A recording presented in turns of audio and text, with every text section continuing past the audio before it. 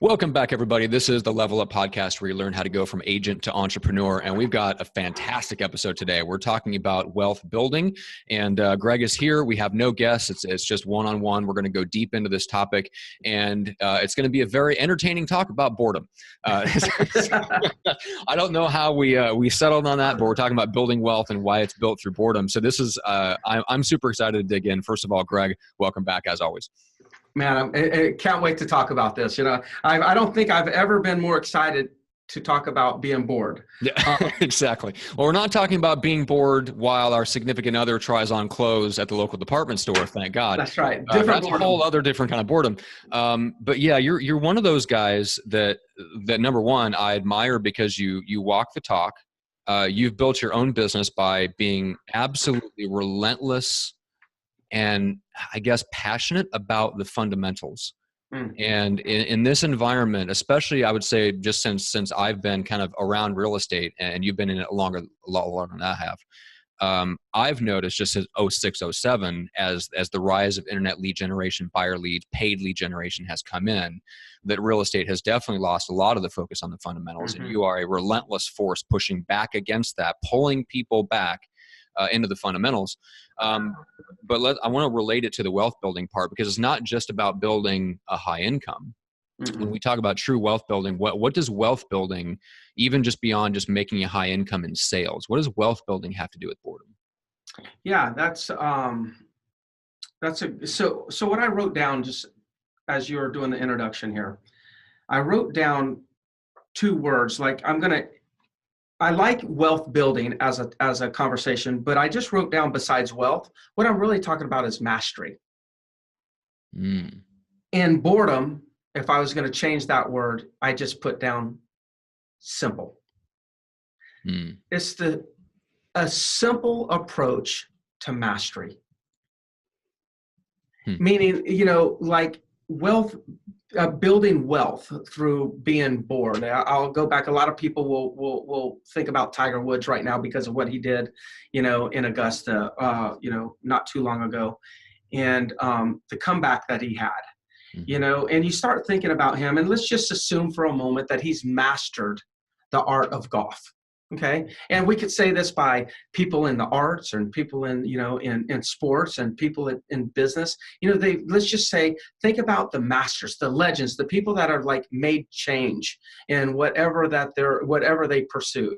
Now let's go back and look at what did they do in order to become who they've become. And I think of Tiger, or I've thought about him because I've talked about this a few times recently, and I'm thinking, you know what? I can imagine that he spent a lot of days in his early years on the golf course, on the putting green, with a putter in his hand, and a coach saying, okay, move back 10 feet, hit this putt 200 times. Okay, now I want you to go to the opposite side of the hole 10 feet. I want you to see the break differently, do that 200 times. Now go, 90 degrees and hit from 10 feet and do it from that side and that side. And you can think about, then he probably got taken out to the driving range and he says, okay, I want you to take the 9-iron and I want you to hit it 500 times today. And I want you to hit it only 62 yards or 85 yards, whatever that is. And think about it, like as a young rising star, how boring was that? Yeah. Now let's think about Michael Jordan. How boring was his life? Now people will go on Google and they look and see what house Tiger Woods owns and like, oh my God, did you see his house? It's so many millions, whatever it is. He's got this and he's got an elevator with 10 cars on it and all this. It's interesting how we look at those things and wow, but how did he get them? From boredom. Yeah. He mastered boredom.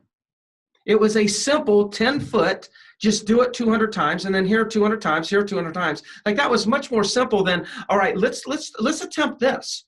Okay, now let's see if we can if we can invent a new golf club. Mhm. So we don't have to do it from 10 feet, like where we could actually sit down and the golf club automatically does it. And then we have to go spend all this time not being bored because inventing a new golf club and thinking of the potential that if we're the ones that create the new golf club and Mhm. all the notoriety and the wealth that we could generate, like think about all the time and energy. And it's Mhm. sexy, it's juicy, it's fun to Mhm. actually create something new all the time. But then Yes. it phases out and fizzles out. And there you go again. It's another new thing that didn't get completed. Yeah, you were in execution mode, but it never got executed. Yeah. And then there's a series of things that go by year after year. Start this, stop this, start this, stop this. And then all of a sudden, 10 years down the road, you're still grinding because you haven't mastered anything. Yes. It's interesting I'll that stop there because I know you're thinking. I am thinking. Well, it's so when you talk about Tiger, and I 100% agree, and you can see it in it's really, really evident in sports and areas where individual mastery is so key. So tennis, for example, is one. Basketball is another. So you've got MJ, and you can actually read books by the guys that worked with them, and you can get some insight into their life and just how boring it was. Yeah. So they leave a multi-million-dollar house, but they leave at 6 o'clock in the morning and go to the gym, or they go to the driving range or whatever.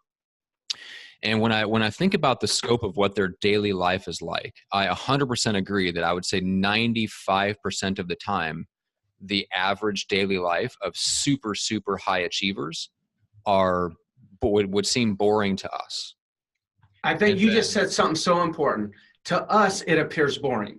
yes, it's As not an to them. observer, as an observer, it Yeah. appears boring. And Yeah, that's what I wanted to dig into a little bit, because yeah, I think if we want, so like most of us want this, we want kind of a constant up and down spike, new ideas, excitement about this, like we want this constant hit of new. we And as usually a don't result, admit that, by the way. we don't admit that, Yeah, but we we're, don't we're, admit that, we're but addicted to chaos. we're addicted. It's an Yeah. addiction. Yeah. Yeah, So we don't admit that, but that manifests in our lives. But then you see the people like Tiger that have this relentless, methodical consistency about them, but then they have massive, huge spikes of success and accolades and notoriety and amazing life experiences, like winning the Masters after 5 years or 7 years or whatever, being kind of in the dumps. So they have these amazing life experiences that we're envious of, but we're not envious of the other 99% of the time when they were just doing the relentless, boring things that we don't want to do.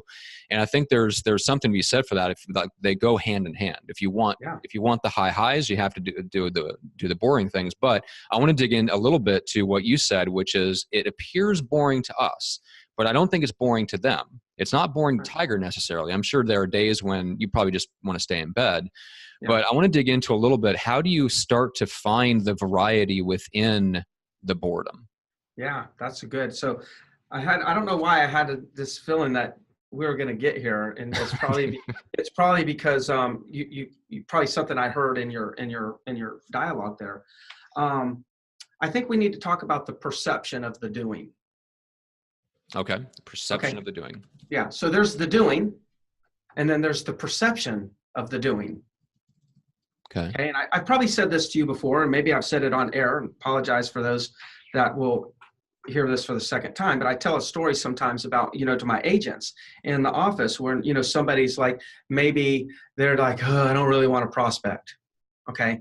And then I think about it, putting prospecting aside for a moment. And I said, okay, if I came up to you and I said, hey, Matt, can you come over to Myrtle Beach? And I've got this water problem in my yard.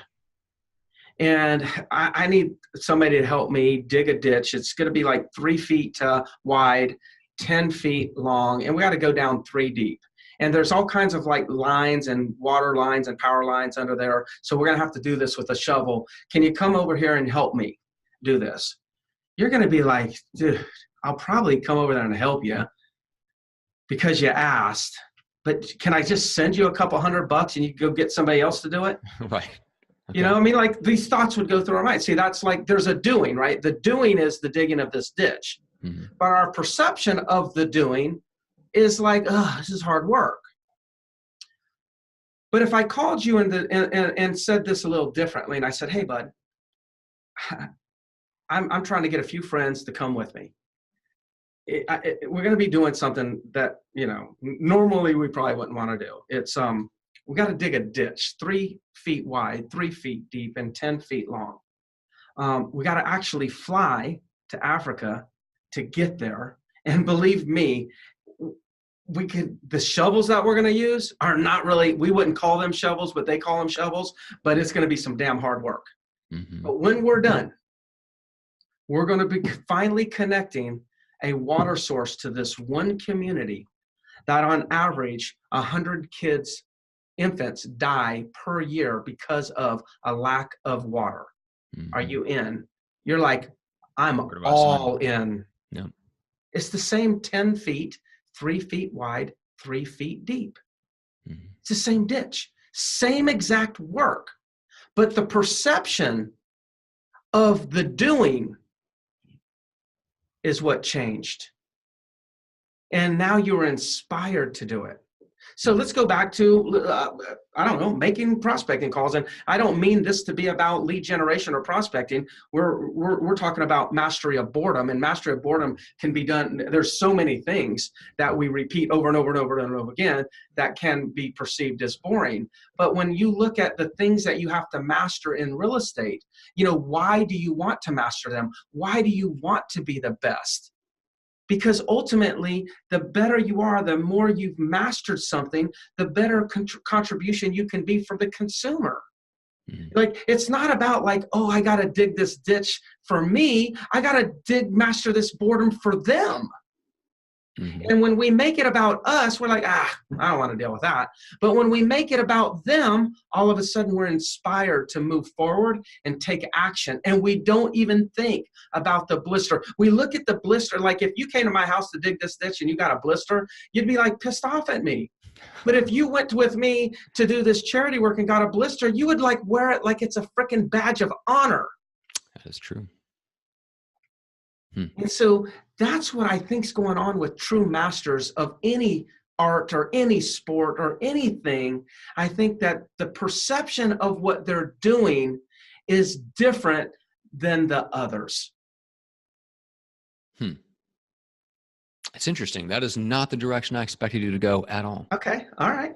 I agree. I think that's 100% right. And I think when you're talking about like the work that we do in real estate sales, marketing, what have you, when you're talking about like when the boredom part is the conversations with the other people, I 100% agree. Focusing on the effect that you're having on the other person, the opportunity that you have to serve, the opportunity that you have to impact them for the better, and creating a story about the impact that you're having through these conversations. I think that's fantastic. I was expecting you to take it in the direction of having an internal pride in getting really granular about your improvement and really focusing and noticing the smaller improvements and really taking joy or learning how to take joy in the small improvements you notice in your performance over time. That's the direction I expected you to go. I can see that too. I can see both working. I think to me, that's why when you're in something that's super, super solitary, like Tiger Woods out by himself on the golf course, that to me, that would be one of the things that got me through. I mean, I remember practicing the drums, the piano for 5 or 6 hours at a time. And that was the only thing that gets you through. It was a little hard to connect yourself to the performance because it was so far off and the impact that you have on the audience. So you had to start going internal and taking pleasure in, oh, this is a little bit faster than yesterday, a little bit smoother than last week. I'm a little bit more comfortable. This starts coming a little bit easier. And you start to notice the improvements in your performance. Anyway, like I said, that's where I expected you to go. I think the other one was extremely, extremely good. I think it comes from the last conversation that we had about the story that we tell ourselves, It's a story. Yeah. It all becomes, there's so many things that come back to the story that we're telling about, what we're about to do or what we've done or what we're, doing at the moment, and I think I can make another connection between, say, what you were just describing and how I'm describing it. It's like, I do think that, when I talk about script mastery and people are saying, hey, Greg, what's the best way to learn the scripts, right? So I say, okay, first of all, you got to read the scripts. Then I want you to write the scripts. Then I want to record yourself now we're just recording ourselves on the iPhone or on our phone. And then I want you to, for 4 or 5 days, I want you to replay the recording, and I want you to listen to the recording. Then after 4 days, I want you to write.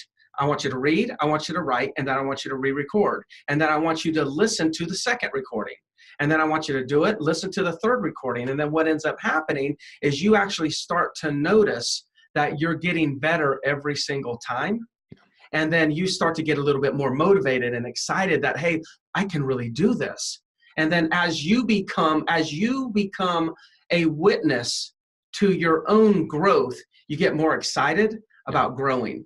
Yep. You know, because I could say to you, hey, you're doing great. You're doing great. Yeah, keep going. You're doing great. But, you know, am I just saying that to you? You know, all kinds of things float in your mind. Is he just trying to keep me going? Is that manipulating me? Is he really mean that? Oh, screw all that chatter. I dealt with that for too many years. So what I wanted to do is I needed you to prove to yourself that you were actually experiencing growth. And when you saw your own evidence, wow, did things get easier? You know, the other thing, and I think this applies, it's a perception of a doing, and that is this. I've said this to you before, like, so people you say, so how's work? And I'm like, huh? Right. I don't work. Yeah. Whoa, okay, Greg, you're just playing with words. I mean, okay, whatever you call it. Yes. They'd be my friends. The first time you told me this, I had that reaction. Okay, Greg, yeah, exactly. I think your exact words were, I don't do anything I don't want to do. Yeah, if it's not fun, I don't do it. That's my motto, right? But describing something that's fun is my responsibility. Right. So that is a choice that I can make, is to describe it as fun or not fun. So I have to be careful with that. But you know, what I do every day, I don't look at it as work. I look at it as play. And and that's just, again, it's the story that I'm telling. It's the perception of what I'm doing. And to me, I don't know that I want to work the rest of my life, but I do know I want to play the rest of my life. That's for certain. And so when people say, well, Greg, when are you going to retire? I already am. From what? Yeah, from what? From what? I already am. Yeah. Retired. I'm doing exactly what I want to do. I'm playing every day. Yeah. You know? Yeah. Love it. All right. That was really good. How do people connect? How do they ask questions? Facebook Marketplace. I'm sorry, you can't connect with me there. Facebook Messenger. Yeah. Can we take another 1 minute on this recording? Yeah. Let's take 1 more minute. Let's talk about a few things real quick. I want to leave the audience with a few things that I think that you need to, a few boredoms that it'd be worthy of mastering in this business. Number one, the boredom of working out every day before you start. Working out, like physically exercising? Physically getting some sort of exercise. And I'm not going to judge working out versus CrossFit versus walking a dog. That's important. You got to master that. It's boring to do it every single day for the next 10 years. It'll be boring, but master that, because you're generating that energy. Master the boredom of refusing to listen to the radio all the time and listen to podcasts and something that's motivated, audiobooks, reading. You got to master that. You got to master the boredom of always learning. Be a lifetime learner. Don't stop. Then you've got to go ahead and master lead generation in whatever form you will accept, whether it's outbound prospecting, whether it's some sort of marketing where you're creating inbound, just sold, whatever you do. Master it. Make it a daily routine. When it becomes a daily routine and you do that for years, it becomes boring. Master that. So those are just a few things that just at the top of my mind, I think we need to leave with the audience, that if you'll master, practicing and role playing, if you'll, it's boring. Like, I don't need to do this anymore. I'm already doing 100 deals. Well, Michael Jordan was already going to be in the Hall of Fame, and he still showed up for practice. Those are some simple things I think we can master that'll pay high dividends for real estate agents across the country. Yeah. That's it. I love it. I have zero to add to that other than to ask people to review and rate the show. Go to iTunes, leave us a nice review. Let us know your thoughts. If there was a particular guest episode that you liked, make sure to give them a shout out in the review. Go check out some of the episodes. We alluded to the episode that we did on story. The episode title is called Change Your Story, Change Your Result. So go check that out. It's probably a few episodes back in the series. But Greg, as always, thank you. This was phenomenal. Yeah, that was fun. I love it. Yeah.